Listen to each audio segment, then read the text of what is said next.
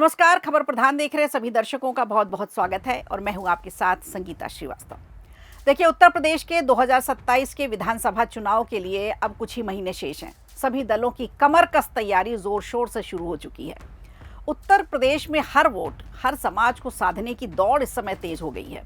कट्टर हिंदू का कार्ड हमेशा से बीजेपी के पाले में रहा, लेकिन अब अखिलेश यादव भी सॉफ्ट हिंदुत्व का कार्ड खेलकर चुनावी वैतरणी पार करने के मूड में हैं।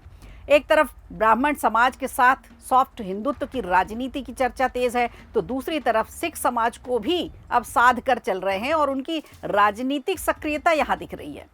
क्या समाजवादी पार्टी हर वर्ग में अपनी पकड़ मजबूत करने की कोशिश कर रही है?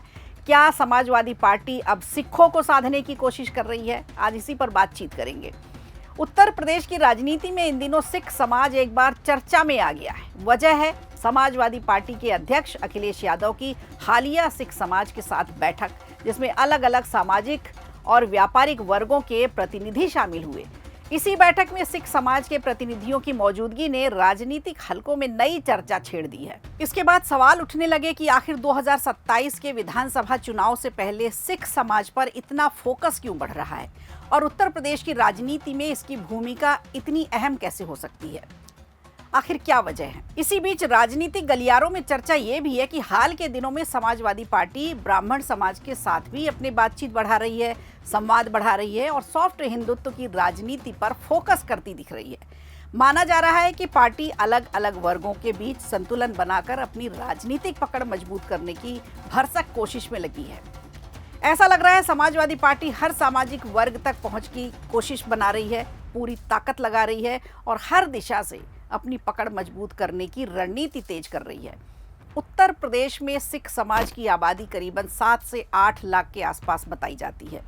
संख्या के हिसाब से ये बड़ा वोट बैंक तो नहीं है, लेकिन कई जिलों में विधानसभा सीटों पर इसका असर बहुत देखने को मिलता है। खासतौर पर तराई और पश्चिमी उत्तर प्रदेश में सिख समाज खेती, व्यापार, ट्रांसपोर्ट और उद्योग से जुड़ा हुआ है, जिससे उनकी पकड़ सामाजिक और आर्थिक तौर पर बहुत ज़्यादा है। सिख समाज की अच्छी मौजूदगी लखीमपुर खीरी, पीलीभीत, शाहजहांपुर, बरेली, रामपुर, बिजनौर, सहारनपुर, मुजफ्फरनगर, मेरठ, गाजियाबाद, गौतम बुद्ध नगर, लखनऊ, कानपुर और गोरखपुर जैसे ज़िलों में भी देखने को मिलती है। तो इन इलाकों की कई सीटों पर चुनाव बेहद करीबी से देखे जाते हैं, जहां कुछ ही वोटों के अंतर से हार जीत का फैसला हो जाता है। कुछ हजार वोट ही नतीजा बदल देते हैं। इसीलिए चुनाव में इस समुदाय की भूमिका अहम हो जाती है। अगर इस समुदाय की एकमुश्त वोट बैंक मिल जाता है किसी भी पार्टी को, तो निश्चित तौर पर पार्टी के वोट सीटों पर फर्क पड़ेगा। अब जो राजनीतिक जानकार है, उनका ये कहना है कि सभी प्रमुख दल, चाहे वो बीजेपी हो, समाजवादी पार्टी हो, कांग्रेस हो, हर समुदाय के साथ इनके संपर्क हैं, इनके संबंध है और अब पार्टियां इनसे संबंध बनाने की कोशिश करती नजर आ रही हैं। सिख समाज के साथ भी समय समय पर राजनीतिक और सामाजिक संवाद देखने को मिलता है। अखिलेश यादव की हालिया बैठक हुई, जिसमें 2027 के चुनाव की रणनीति से इसे जोड़कर देखा जा रहा है। वो बाकायदा सिख पगड़ी भी पहने हुए दिखाई दिए।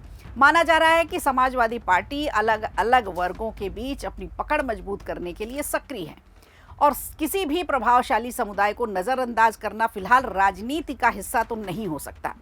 जिस तरह से राजनीति में वोट बैंक जातिगत जनगणना को लेकर के होता है, जातिगत वोट बैंक होता है, एक समुदाय को साधने की बात होती है, तो सिख समाज भी अपने आप में एक महत्वपूर्ण समुदाय है। और यकीन मान के चलिए कि राजनीति में किसी भी समुदाय का वोट बैंक पार्टी को अगर मिलता है, किसी भी दल के पास पहुंचता है, तो उसकी चुनावी राजनीति पे असर उसका पड़ता है। हालांकि विशेषज्ञों का मानना ये है कि ये कहना सही नहीं होगा कि कोई एक समुदाय पूरी तरह से किसी पार्टी के साथ चला जाएगा। हर इलाके में स्थानीय मुद्दे होते हैं, उम्मीदवार की छवि होती है, मौजूदा सरकार का प्रदर्शन भी होता है, तो ये सारी चीज़ें भी होती हैं साथ में, जो चुनावी नतीजों को प्रभावित करती हैं। कई बार उम्मीदवार अच्छा नहीं होता, दूसरे सिख समाज से अगर कोई उम्मीदवार है और वो उम्मीदवार ठीक नहीं है, दूसरे समाज का उम्मीदवार ज़्यादा अच्छा है, तो फिर जनता उसकी तरफ चली जाती है।